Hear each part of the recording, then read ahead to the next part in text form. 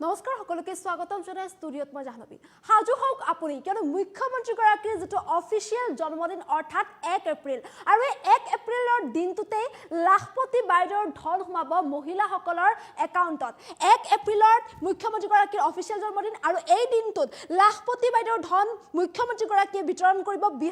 বিহালীত উপস্থিত হ'ব মুখ্যমন্ত্ৰীগৰাকী আৰু বিহালীৰ পৰাই মুখ্যমন্ত্ৰীয়ে এই লাখপতি বাইদেউ আঁচনিৰ ধন বিতৰণ কৰিব আৰু সেই দিনটোতে অৰ্থাৎ 1 এপ্ৰিলৰ দিনটোতে লাখ লাখ মহিলাৰ একাউণ্টত জমা হ'ব এই লাখপতি বাইদেউ আঁচনিৰ ধন লৈ আহিছো এই মুহূৰ্তৰ সবিশেষ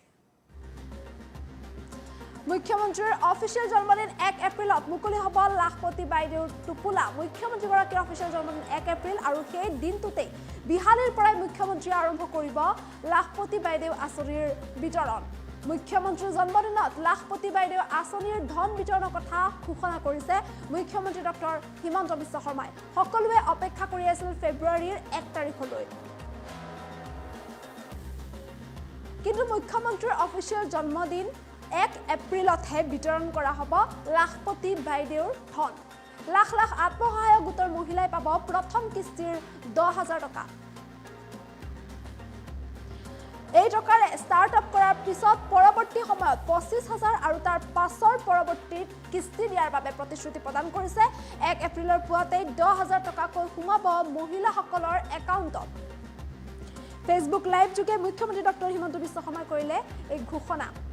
আৰু ইয়াৰ পূৰ্বে যেটো মুখ্যমন্ত্ৰীগৰাকীয়ে ঘোষণা কৰিছে লাখপতি বাইদেউ আঁচনিৰ বাবে বা মহিলা উদ্যমিতা আঁচনিৰ বাবে যিসকল মহিলাই আবেদন কৰিছিল সেই সকল মহিলাৰ আবেদন পত্ৰ পৰীক্ষা নিৰীক্ষা কৰি থকা হৈছিল বা নথিপত্ৰ ভেৰিফিকেশ্যন কৰি থকা হৈছিল বুলি যেটো মুখ্যমন্ত্ৰীগৰাকীয়ে ঘোষণা কৰা দেখিবলৈ পোৱা গৈছিল আৰু ইয়াৰ পাছতে মুখ্যমন্ত্ৰীগৰাকীয়ে বিহালীত উল্লেখ কৰিছিল যে মুখ্যমন্ত্ৰীগৰাকীৰ জন্মদিনৰ দিনা এই লাখপতি বাইদেউ আঁচনিৰ ধন বিতৰণ কৰা হ'ব মহিলাসকলৰ একাউণ্টত কিন্তু মুখ্যমন্ত্ৰীগৰাকীৰ যদিও প্ৰকৃত জন্মদিন 1 ফেব্ৰুৱাৰী গতিকে মহিলাসকলে 1 ফেব্ৰুৱাৰীলৈ অপেক্ষা কৰি আছিল কিন্তু চৰকাৰী কাগজ পত্ৰত বা অফিচিয়েল জন্মদিন হিচাপে চৰকাৰী কাগজ পত্ৰত লিখা আছে 1 এপ্ৰিল গতিকে চৰকাৰী কাগজ পত্ৰ অনুসৰি মুখ্যমন্ত্ৰীগৰাকীৰ জন্মদিন যেহেতু 1 এপ্ৰিল গতিকে এই 1 এপ্ৰিলৰ দিনটোতে লাখপতি বাইদেউ আঁচনিৰ ধন সোমাব মহিলাসকলৰ একাউণ্টত আপোনালোকে 1 এপ্ৰিললৈ সাজু হওক এই 1 এপ্ৰিলৰ দিনটোত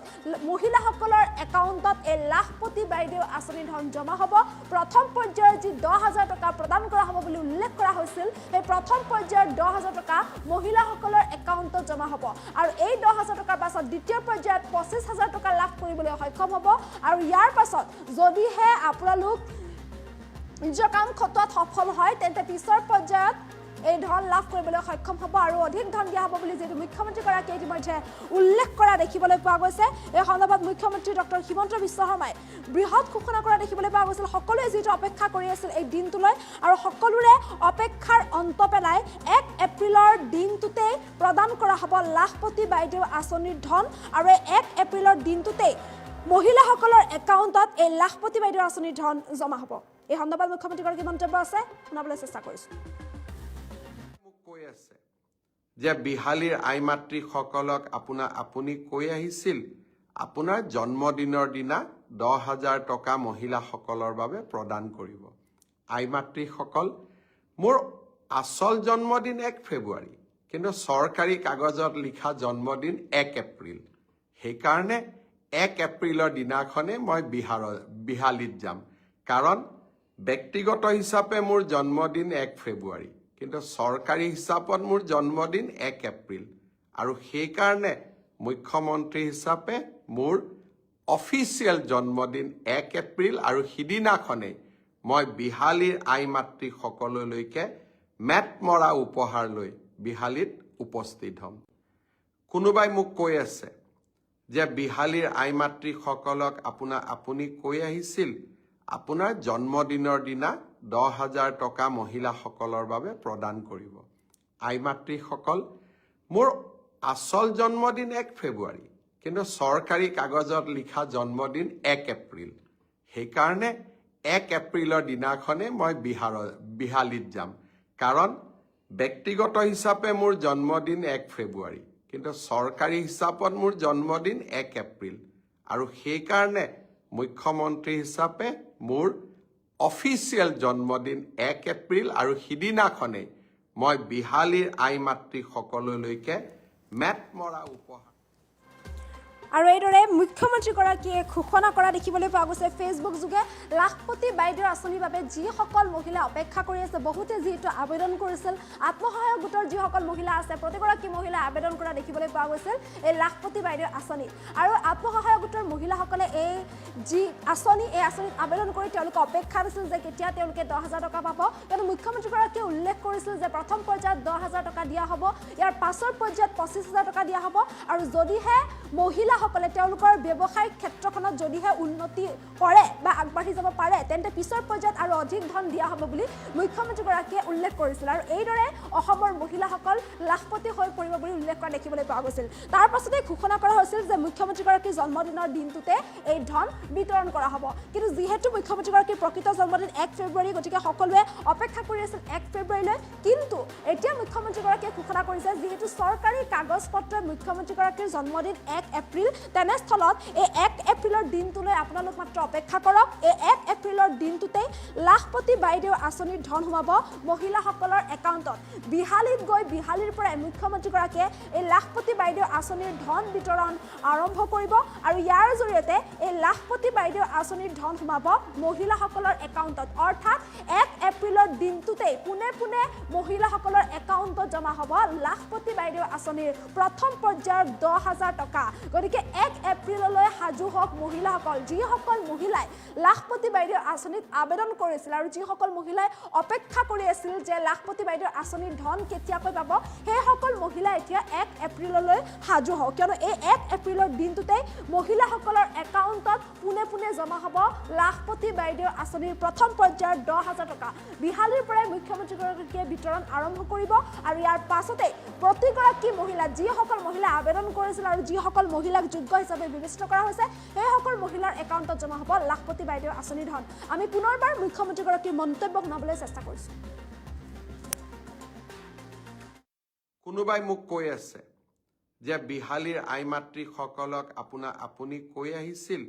আপোনাৰ জন্মদিনৰ দিনা 10,000 টকা মহিলাসকলৰ বাবে প্ৰদান কৰিব আই মাতৃসকল মোৰ আচল জন্মদিন 1 ফেব্ৰুৱাৰী কিন্তু চৰকাৰী কাগজত লিখা জন্মদিন 1 এপ্ৰিল সেইকাৰণে 1 এপ্ৰিলৰ দিনাখনে মই বিহালীত যাম কাৰণ ব্যক্তিগত হিচাপে মোৰ জন্মদিন 1 ফেব্ৰুৱাৰী কিন্তু চৰকাৰী হিচাপত মোৰ জন্মদিন 1 এপ্ৰিল আৰু সেইকাৰণে মুখ্যমন্ত্ৰী হিচাপে মোৰ অফিচিয়েল জন্মদিন 1 এপ্ৰিল আৰু সিদিনাখনেই মই বিহালীৰ আই মাতৃসকললৈকে মেট মৰা উপহাৰ লৈ বিহালীত উপস্থিত হ'ম কোনোবাই মোক কৈ আছে যে বিহালীৰ আই মাতৃসকলক আপুনি কৈ আহিছিল আপোনাৰ জন্মদিনৰ দিনা 10,000 টকা মহিলাসকলৰ বাবে প্ৰদান কৰিব আই মাতৃসকল মোৰ আচল জন্মদিন 1 ফেব্ৰুৱাৰী কিন্তু চৰকাৰী কাগজত লিখা জন্মদিন 1 এপ্ৰিল সেইকাৰণে 1 এপ্ৰিলৰ দিনাখনে মই বিহালীত যাম কাৰণ ব্যক্তিগত হিচাপে মোৰ জন্মদিন 1 ফেব্ৰুৱাৰী কিন্তু চৰকাৰী হিচাপত মোৰ জন্মদিন 1 এপ্ৰিল আৰু সেইকাৰণে মুখ্যমন্ত্ৰী হিচাপে মোৰ অফিচিয়েল জন্মদিন 1 এপ্ৰিল আৰু সিদিনাখনেই মই বিহালীৰ আই মাতৃসকললৈকে মেট মৰা উপহাৰ লৈ বিহালীত উপস্থিত হ'ম কোনোবাই মোক কৈ আছে যে বিহালীৰ আই মাতৃসকলক আপুনি কৈ আহিছিল আপোনাৰ জন্মদিনৰ দিনা 10,000 টকা মহিলাসকলৰ বাবে প্ৰদান কৰিব আই মাতৃসকল মোৰ আচল জন্মদিন 1 ফেব্ৰুৱাৰী কিন্তু চৰকাৰী কাগজত লিখা জন্মদিন 1 এপ্ৰিল সেইকাৰণে 1 এপ্ৰিলৰ দিনাখনে মই বিহালীত যাম কাৰণ ব্যক্তিগত হিচাপে মোৰ জন্মদিন 1 ফেব্ৰুৱাৰী কিন্তু চৰকাৰী হিচাপত মোৰ জন্মদিন 1 এপ্ৰিল আৰু সেইকাৰণে মুখ্যমন্ত্ৰী হিচাপে মোৰ অফিচিয়েল জন্মদিন 1 এপ্ৰিল আৰু সিদিনাখনেই মই বিহালীৰ আই মাতৃসকললৈকে মেট মৰা উপহাৰ লৈ বিহালীত উপস্থিত হ'ম কোনোবাই মোক কৈ আছে যে বিহালীৰ আই মাতৃসকলক আপুনি কৈ আহিছিল আপোনাৰ জন্মদিনৰ দিনা 10,000 টকা মহিলাসকলৰ বাবে প্ৰদান কৰিব আই মাতৃসকল মোৰ আচল জন্মদিন 1 ফেব্ৰুৱাৰী কিন্তু চৰকাৰী কাগজত লিখা জন্মদিন 1 এপ্ৰিল সেইকাৰণে 1 এপ্ৰিলৰ দিনাখনে মই বিহালীত যাম কাৰণ ব্যক্তিগত হিচাপে মোৰ জন্মদিন 1 ফেব্ৰুৱাৰী কিন্তু চৰকাৰী হিচাপত মোৰ জন্মদিন 1 এপ্ৰিল আৰু সেইকাৰণে মুখ্যমন্ত্ৰী হিচাপে মোৰ অফিচিয়েল জন্মদিন 1 এপ্ৰিল আৰু সিদিনাখনেই মই বিহালীৰ আই মাতৃসকললৈকে